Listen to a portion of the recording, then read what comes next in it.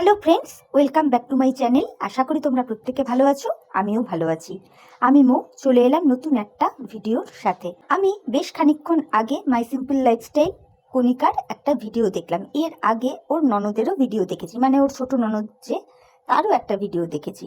তো আজকে এই মুহূর্তে আমি যে ভিডিওটা করব ওদের নিয়ে কিছু কথা বলবো। অবশ্যই নিজের দায়রাটা মেনটেন করেই, এমন কোনো কথা বলবো না যাতে ওদের কোনো প্রবলেম হয়। যাই হোক, ফালতু কথা বলে ভিডিও বড় করার কোনো মানে হয় না। চলো বন্ধুরা, মূল টপিকসে ঢুকে যাই। বন্ধুরা, এর আগে কিন্তু আমরা অনেকবারই দেখেছি যে কণিকা উজ্জ্বলকে নিয়ে বহু কন্ট্রোভার্সি হয়েছে, তাই না? এবং সেই সংক্রান্ত বিষয়গুলো কোর্ট আদালত অবধিও গেছে। তো সেটা তো গেল একটা ডিফারেন্ট ব্যাপার। কিন্তু আজকে কণিকার যে ভিডিওটা দেখলাম তাতে পরিষ্কার বোঝা গেল এখন যেটা কণিকার সংসারে চলছে, সত্যি এটা ওদের আভ্যন্তরীণ ব্যাপার। আর আজকে কণিকার কথাগুলো শুনে আমার অন্তত কোনো অংশ দিয়ে মনে হচ্ছিল না যে ও নাটক করছিল। কণিকার কমেন্ট বক্সে দেখলাম অনেকেই কমেন্ট করেছে যে আবার নাটক শুরু, আবার এই শুরু, আবার ওই শুরু, আবার সেই শুরু, ভিউজ পড়ে গেছে, হ্যান ত্যান নানান কথা। কিন্তু না বন্ধুরা, আমার একদমই সেটা কিন্তু মনে হয়নি। এটা তো বাস্তব কথা। আজকে কণিকার মতো মেয়ে যতই আমরা যাই বলি না কেন, যত যাই বলি না কেন, দু চারটা ভিউজ ইনকামের জন্যে, আজকে ওর মতো একটা মেয়ে উজ্জ্বলের মতো একটা ছেলের পাশে দাঁড়িয়েছিল বলেই কিন্তু উজ্জ্বল আজকে এই জায়গায়। এটা বলতে বাধ্য হলাম। যেইভাবে কণিকা উজ্জ্বলের টেক কেয়ার করতো বা এখনো করে চলে, সেটা বলাই বাহুল্য। হ্যাঁ, ও প্রথম ভিডিওর শুরুতে দেখাতো উজ্জ্বলকে কিভাবে ও টেক কেয়ার করছে, কিরকম কি ওষুধপত্র দিচ্ছে, পরের দিকে আর দেখাতো না, জানি না কেন। তো এইগুলো নিয়েই তো কন্ট্রোভার্সি হতো, নানান কিছু হতো। তারপরে দেখো, এই যে আজকে ও এত বড় একটা বাড়ি করলো, সত্যিই তো আজকে ওর ইনকামেই তো এই বাড়িটা হয়েছে। উজ্জ্বলের অবশ্যই অবদান রয়েছে, কিন্তু কণিকার অবদান কিন্তু সব থেকে বেশি। এটা মানতেই হবে।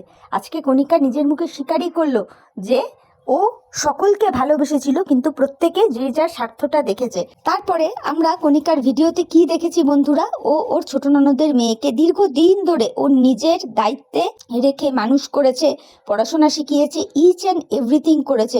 মানে কি বলবো, বাচ্চাটাকে, মানে মেয়েটার কথা বলছি, বাচ্চাই বলছি, ছোটই তো, আর কি আর এমন বয়স।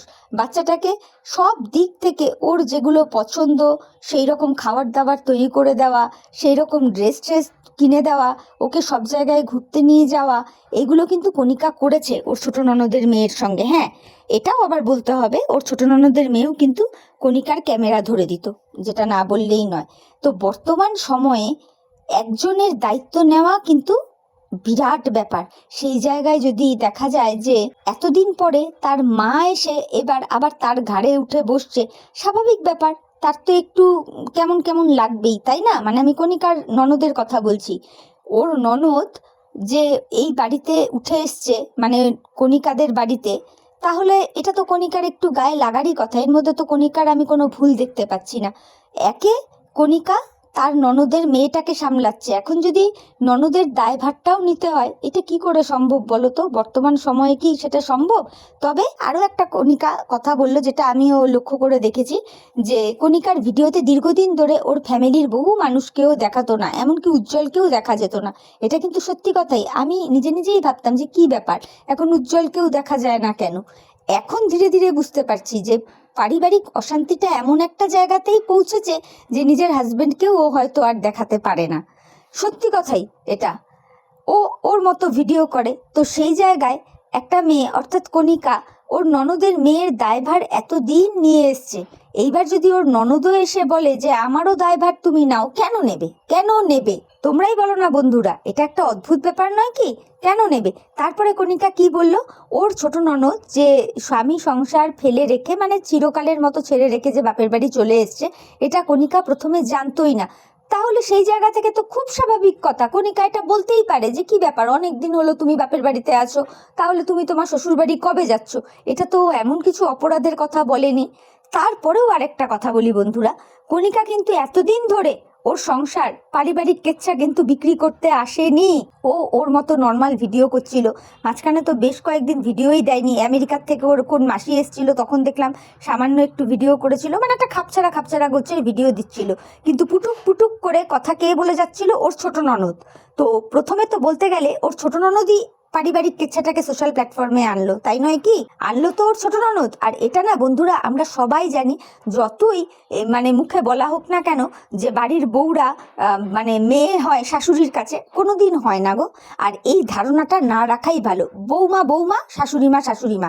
বৌমা কোনোদিনও নিজের মেয়ে হয় না, শাশুড়ি মা কোনোদিনও নিজের মা হয় না। এই মেন্টালিটি নিয়ে যদি কেউ চলতে পারে, দেখবে সেই রকম সংসারে না তেমন কোনো অশান্তি হয় না। আজকের দিনে এসে কণিকা তো সেই নিজের মুখেই স্বীকার করলো, ওর সাথে ওর শাশুড়ির যে ঝামেলাটা হয়েছিল সেটা প্রথমে অনেক দিন ধরে সেই বিষয়টাকে নিয়েও চালালো, তারপরে ও কি বলেছিল যে বিষয়টা প্র্যাঙ্ক ছিল। আজকের দিনে এসে তো নিজেই বললো যে কোনো মেয়ের চোখের জলটা মিথ্যা হতে পারে না, কিন্তু আমি নিজে খারাপ হয়ে সবাইকে ভালো করি, আমি সেটাকে প্র্যাঙ্ক বলে চালিয়েছি। সত্যি তো, কতদিন একটা মেয়ে নিজের ঘাড়ে দোষ নিয়ে যাবে? দোষ না করেও দোষ নিতেই থাকবে, নিতেই থাকবে। একবার হয়, দুবার হয়, তিনবার হয়, বারংবার তো হয় না, তাই না? তবে আরো একটা কথা এই জায়গায় প্রযোজ্য, এখান থেকে কিন্তু পরিষ্কার বোঝা যাচ্ছে যে যেই কন্ট্রোভার্সি ক্রিয়েটার একটা সময় এদের নিয়ে এত আলাপ আলোচনা করতো, মানে যার এগেনস্টে কণিকারা আইন আদালত অব্দি গেছে, সে যেই কথাগুলো বলতো, মানে তাদের পারিবারিক দ্বন্দ্ব রয়েছে, পার্টিকুলার আমি পারিবারিক দ্বন্দ্ব এই বিষয়টা নিয়েই বলছি, অন্য কোনো কিছু নিয়ে নয়। এখন মনে হচ্ছে হ্যাঁ, পার্টিকুলার এই বিষয়টা হয়তো সে সঠিকই বলতো। সে আন্দাজে যদি বলেও থাকে, অবশ্য এটা ঠিকই, তার স্বভাবই হলো আন্দাজে কথা বলা। এই যে টিনা সন্দীপের ক্ষেত্রেও তো দেখতে পাই, বলে প্রচুর কথা আন্দাজে বলে। তো যাই হোক, আর সে যে ভীষণ স্বার্থপর সেটাও জানি। তো যাই হোক, সেই কন্ট্রোভার্সি ক্রিয়েটারকে নিয়ে কোনো কথা বলতে চাই না, যেটা বলছিলাম। কিন্তু তার এই মানে অ্যাজাম্পশনটা হয়তো ঠিকই ছিল যে কণিকাদের পরিবারে একটা অন্তর্দ্বন্দ্ব রয়েছে, যেটা কণিকা আজকে নিজের মুখেই কিন্তু স্বীকার করলো। যে তোমরা দেখতেই পাও, বিগত অনেক দিন ধরে আমার ব্লগে আমি কাউকে দেখাই না, আমার সাথে আমার শ্বশুরবাড়ির লোকের কারো সম্পর্কই ভালো নয়, আমি নিজের মতো ভিডিও করি। লাস্ট কবে ভিডিও করেছি সেটাও তোমরা জানো না, বা তোমরা বর্তমানে যে ভিডিওগুলো দেখতে পাও সেগুলো আমার অনেক আগে শ্যুট করা। এই ধরনের কথাবার্তাগুলো মানুষ কখন বলে? যখন একটা মানুষের দেওয়ালে পিঠ ঠেকে যায়, তখনই মানুষ এই ধরনের কথাবার্তাগুলো বলে। আর যদি তোমরা বলো হ্যাঁ ভিউজ পড়ে গেছে সেই জন্য এই নাটকগুলো করছে, তাহলে তো এই জিনিসটাও অনেক আগেই করতে পারতো, তাই না? কিন্তু সেইগুলো কিন্তু করেনিও। কণিকা কিন্তু এই কাজগুলো করেনি, ও কিন্তু ওর নিজের মতোই ব্লগ দিচ্ছিল, আমি যতদূর দেখেছি। এবার আমি ভুলও হতে পারি, সবসময় কণিকার ভিডিও আমার দেখে ওঠা হয় না, তবে যতদূর দেখেছি মানে ওকে ওর নিজের মতোই ভিডিও করতে দেখেছি। কোনো পারিবারিক কেচ্ছা বিক্রি করতে অন্তত ওর মুখে শুনিনি, যেটা ওর ছোট ননদকে দেখলাম বেশ কিছু ভিডিওতে করছে। আর লাস্টের ভিডিওটাতে তো বলেই দিল যে কণিকা নাকি তাকে বাড়ি ছেড়ে চলে যেতে বলেছে, সেটারই ক্ল্যারিফিকেশন দিতে আজকে কণিকার ভিডিওটা। আমার মনে হয় কণিকা যে কটা কথা বলেছে একদম ঠিকই বলেছে। কণিকার জায়গায় অন্য কোনো মেয়ে থাকলে সেও এই কথাই বলতো। সত্যি তো, একটা পরিবারে যদি 10টা লোক থাকে, তাহলে 10টা লোকের ভরণ পোষণের দায়িত্ব নেওয়ার ভার কি কণিকার? এটা তো হতে পারে না, তাই না? প্রত্যেককে কণিকা সামলাবেও, দেখবেও, টাকা ইনকাম করে সংসারটাকে সুন্দরভাবে চালাবেও, আবার দোষ না করে দোষের ভাগিদারও হবে, আবার নিজের ওপর দোষ নিয়ে সবাইকে ক্লিন চিটও দেবে। এটা ভাই কদিন চলতে পারে? একদিন, দুদিন, 3 দিন, তাই না? তো আমার মনে হয় কণিকার ননদের উদ্দেশ্যে বলছি যে এইভাবে নিজের ভাইয়ের বউকে অন ক্যামেরায় বেচো না। শোনার উদ্দেশ্যে বলছি, বেচো না। তোমাদের যদি কোনো প্রবলেম থেকে থাকে তোমরা নিজেরা সর্ট আউট করে নাও, নিজেরা একসাথে বসে একটা জায়গায় আসো, তাই না? এইভাবে শুধু শুধু কণিকাকে আর সোশ্যাল ভাবে হ্যারাসমেন্ট করো না, বা ওকে আর নিচু দেখিও না। এটা তো ঠিক নয়। এত স্বার্থপর হও কি করে? তোমরাই বলো তো। শোনার উদ্দেশ্যে বলছি, তুমিই বলো। আজকে তোমার ভাইয়ের যা দশা, যেই অবস্থায় কণিকা তোমার ভাইকে বিয়ে করেছিল না, কণিকার মতো মেয়ে বলেই বিয়ে করেছিল। কণিকার জায়গায় অন্য কোনো মেয়ে হলে তোমার ভাইয়ের এইরকম জেনে বিয়ে নাও করতে পারতো। তাহলে এইটুকু কৃতজ্ঞতা বোধ অন্তত রাখো। তুমি ভেবে দেখো শোনা, অন্য কোনো মেয়ে হলে তোমার ভাইয়ের মতন এইরকম ছেলেকে বিয়ে করতো কি? সত্যি কথাই তো। কণিকা তোমার মেয়ের খরচ খরচার দায়িত্ব নিয়েছে। তুমি যখন এই বাড়িতে এসে উঠলে, মানে তোমার বাবার বাড়িতে এসে উঠলে, কণিকা সেটাও মেনে নিয়েছিল। কিন্তু কণিকা যখন পরবর্তীতে জানতে পেরেছে যে তুমি চিরতরের জন্য চলে এসছো তোমার শ্বশুর বাড়ি ছেড়ে, তাও ও সেটা মেনে নিয়েছিল। কিন্তু এখন তোমার যদি কচু খেয়ে গলা কুটকুটের মতন স্বভাব হয়ে থাকে যে প্রত্যেকটা কথায় কথায় আমি ভাইয়ের বউয়ের সাথে ঝগড়া করব, তাহলে তো ভীষণ মুশকিল। মানে ওই যে একটা কথা আছে না, যে পাতে খাই আর ওই পাতেই ছিদ্র করি, সোনা, তোমার অবস্থাটা হয়েছে ঠিক সেই রকম। তুমি যার ভরসায় তোমার বাপের বাড়িতে এসে রয়েছো, তুমি তার সাথেই গলা উঁচিয়ে উঁচিয়ে ঝগড়া করছো। আবার তুমি তোমার বহু ভিডিওতে বলেছো, হ্যাঁ এটা তো তুমি বলেইছো, তোমার গলা বসে গেছে, গলায় ভয়ানক ব্যথা, ভীষণ কষ্ট হচ্ছে। আজকে তো কণিকা সেইগুলো পরিষ্কার করে দিল যে কেন তোমার গলায় ব্যথা। সত্যি ভিউজ কম হতে পারে, কিন্তু রিকোয়েস্ট করব ভিউজ বাড়াবার জন্য নিজেদের পারিবারিক কেচ্ছাগুলো এইভাবে সোশ্যাল করো না, প্লিজ প্লিজ এই নোংরামোগুলো করো না। এখন তো মনে হচ্ছে সোনা তোমার ভিউজের দরকার, যেহেতু তুমি তোমার ভিডিওতে কিন্তু বলেছো যে তুমি আর তোমার বাপের বাড়িতে থাকবে না, তুমি চেষ্টা করছো একটা অন্যত্র বাড়িঘর নিয়ে নিজের মতো নিজে থাকতে। সেই জন্যই কি তুমি তোমার ভাইয়ের বউ অর্থাৎ কণিকাকে বেচার চেষ্টা করছো? ভাবছো যে কণিকার নামে 2-10টা নোংরা কথা সোশ্যাল প্ল্যাটফর্মে ছড়িয়ে যদি একটু ভিউজ হয়, তার থেকে যদি কিছু ইনকাম করা যায়। হ্যাঁ সত্যি সেটাই তো মনে হচ্ছে, বলো তো? এটা মানতেই হবে। আর বন্ধুরা, তোমরাও আশা করি আমার সাথে একমতই হবে। যত যাই বলো না কেন, যত যাই এতদিন যাবৎ ঘটে যাক না কেন, আজ অব্দি কিন্তু কখনো দেখাতে পারবে না কণিকা ও ওর পারিবারিক কেচ্ছা বিক্রি করতে এসছে। যেটা আমরা দেখতে পাচ্ছি রিসেন্টলি ওর ননদ অর্থাৎ সোনা করছে, মানে খুঁচিয়ে খুঁচিয়ে ছোট্ট ছোট্ট করে পিঞ্চ করে করে দিনের পর দিন কণিকাকে বলে যাচ্ছে। তাহলে এটা থেকে কি ধরে নিব? যে সোনারই প্রয়োজন তার ভাইয়ের বউকে বেচে ইনকামটা করার, যাতে সেই ইনকাম দিয়ে সে অন্যত্র থাকতে পারে, তাই নয় কি? এটা তো সত্যি কথাই। আজকে কণিকার সংসারে আর্নিং মেম্বার কিন্তু কণিকা একমাত্র। কণিকা একমাত্র, উজ্জ্বল তো কিছু করে না। কণিকার শাশুড়ি মা, সেও তো তেমন কিছু করে না। আজকে কণিকা, তার শাশুড়ি মা, তার হাজবেন্ড, তার মেয়ে, সকলকে নিয়ে তো কণিকার পয়সা দিয়েই তো চলছে। এটা তো বাস্তব কথা। এরপরেও আমরা দেখেছি যে কণিকা বিউটিশিয়ান কোর্স শিখেছে, বিভিন্ন জায়গায় ও যেত, বিভিন্ন ব্রাইডাল মেকআপ করাতো, কিভাবে ও ছোটাছুটি করেছে। কেন করেছে? দুটো পয়সা রোজগারের জন্য। আর রোজগার করেছে কিসের জন্য? নিজের সংসারে ঢালার জন্য। এই জায়গায় বন্ধুরা এই কথাটা বলতে বাধ্য হচ্ছি, কণিকার সংসারে যদি কণিকার ভাসুরের কোনো কন্ট্রিবিউশন থাকতো তাহলে কণিকা নিশ্চয়ই বলতো। সেটা কিন্তু বলেনি কণিকা। কণিকার আজকের ভিডিওটা থেকে পরিষ্কার বোঝা যাচ্ছিল যে কণিকা এটা বুঝিয়ে দিয়েছে যে কিভাবে কণিকা এই সংসারটাকে ধরে রেখেছে। তাহলে কণিকার ভাসুর সে তার পরিবার নিয়ে ব্যস্ত, এইটুকু আমরা সবাই বুঝে গেছি যে কণিকাদের বাড়িতে প্রত্যেকের হাড়ি আলাদা। কণিকার ভাসুরের হাড়ি আলাদা, কণিকাদের হাড়ি আলাদা। বরং উপরি পাওনা হিসেবে শাশুড়ি কণিকাদের সাথেই থাকতো, তাই না বন্ধুরা? ভুল বললাম কিছু? এই যে আজকে কণিকার দুই ননদ সোনাই কি আর মামুনি কি যতবার এসছে, বেশিরভাগ দেখা গেছে যাবতীয় রান্না পাতি থেকে শুরু করে তাদের আদর আপ্যায়ন করা কে করেছে? কণিকা করেছে।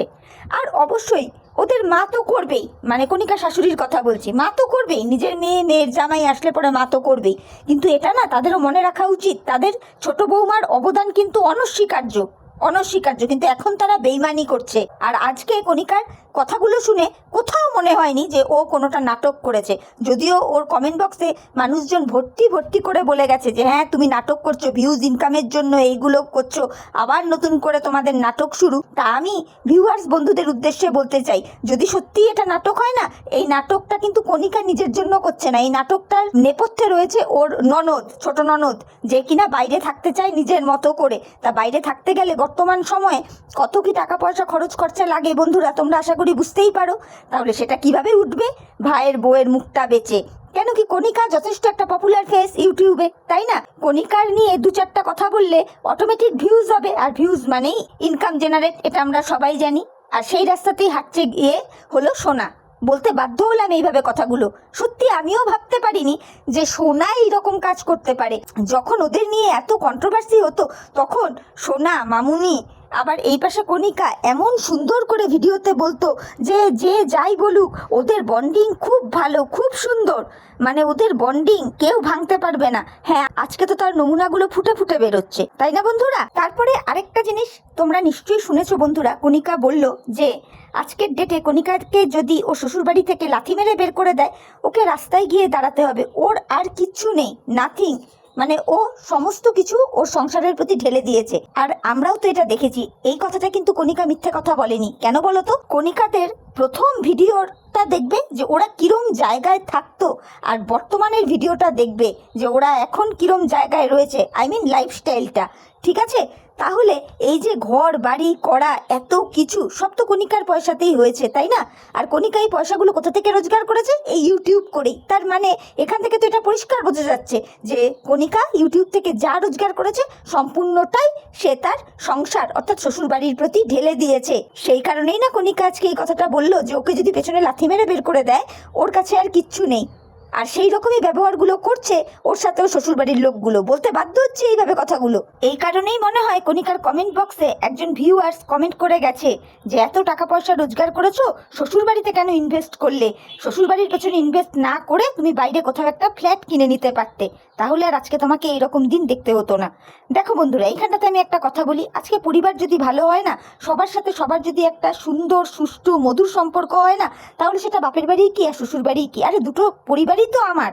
তখন একটা মেয়ে কিন্তু এইরকমই চিন্তা ভাবনা করে। প্লাস আমি সেটা আমার বাপের বাড়ির কোনো জায়গায় টাকা ঢালি কি আমার শ্বশুর বাড়ির জায়গাতেই কোনো টাকা ঢালি, এই বিশ্বাসটা থাকে যে কেউ আমার সাথে বেইমানি করবে না, তাই না? কিন্তু বর্তমান সময়টা এমনই না, কোনোখানে সেটা বাপের বাড়ির দিকে রিলেটিভসরাই হোক বা বাপের বাড়ির লোকজন হোক বা শ্বশুর বাড়ির দিকে রিলেটিভস হোক বা যেই হোক, কাউকে না এখন আর বিশ্বাস করা যায় না, ভরসা করা যায় না। বুঝতে পেরেছো তো?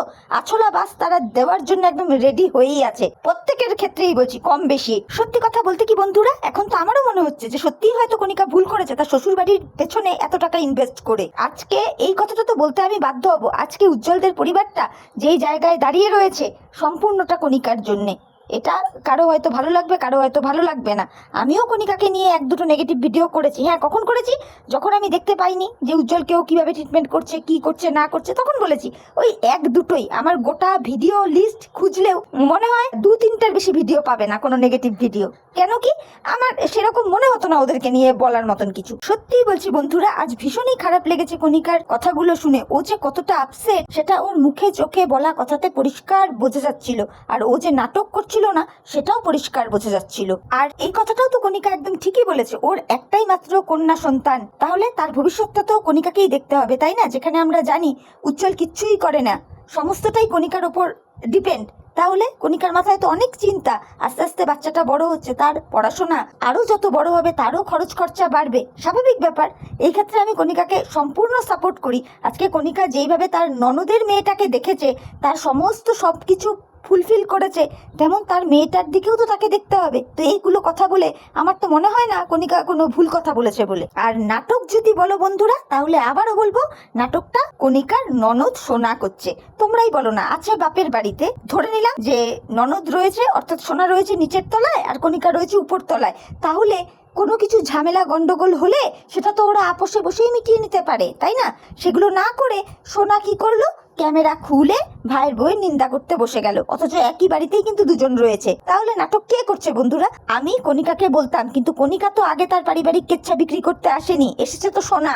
এটা বলতে বাধ্য হলাম। তোমরা একটু ভেবে দেখো, একই বাড়িতে ভাইয়ের বউও রয়েছে, একই বাড়িতে ননদ সোনাও রয়েছে, তাদের ঝগড়াঝাটি হয়েছে, তারা একেবারে কোমরে গামছা পেঁচিয়ে গলা উঁচিয়ে ঝগড়া করে একেবারে গলায় ব্যথা বেদনা করে ফেলছে, অথচ সেই বিষয়টা থেকে কি করে বের হওয়া যায় সেই শর্ট আউটটা তারা ক্যামেরা অফ করে করতে পারছে না। বুঝতে পেরেছো তো? ঝগড়াটা তারা ক্যামেরা অফ করে করছে, অথচ এই বিষয়টা থেকে কি করে বের হওয়া যায় বা এই বিষয়টা থেকে কি করে শর্ট আউট করা যায় সেটা তারা কিন্তু ক্যামেরা অন করে করছে। এবং এটা কে এনেছে সোশ্যাল প্ল্যাটফর্মে? এই সোনা। সোনার দশাটা ঠিক কিরকম জানো তো বন্ধুরা?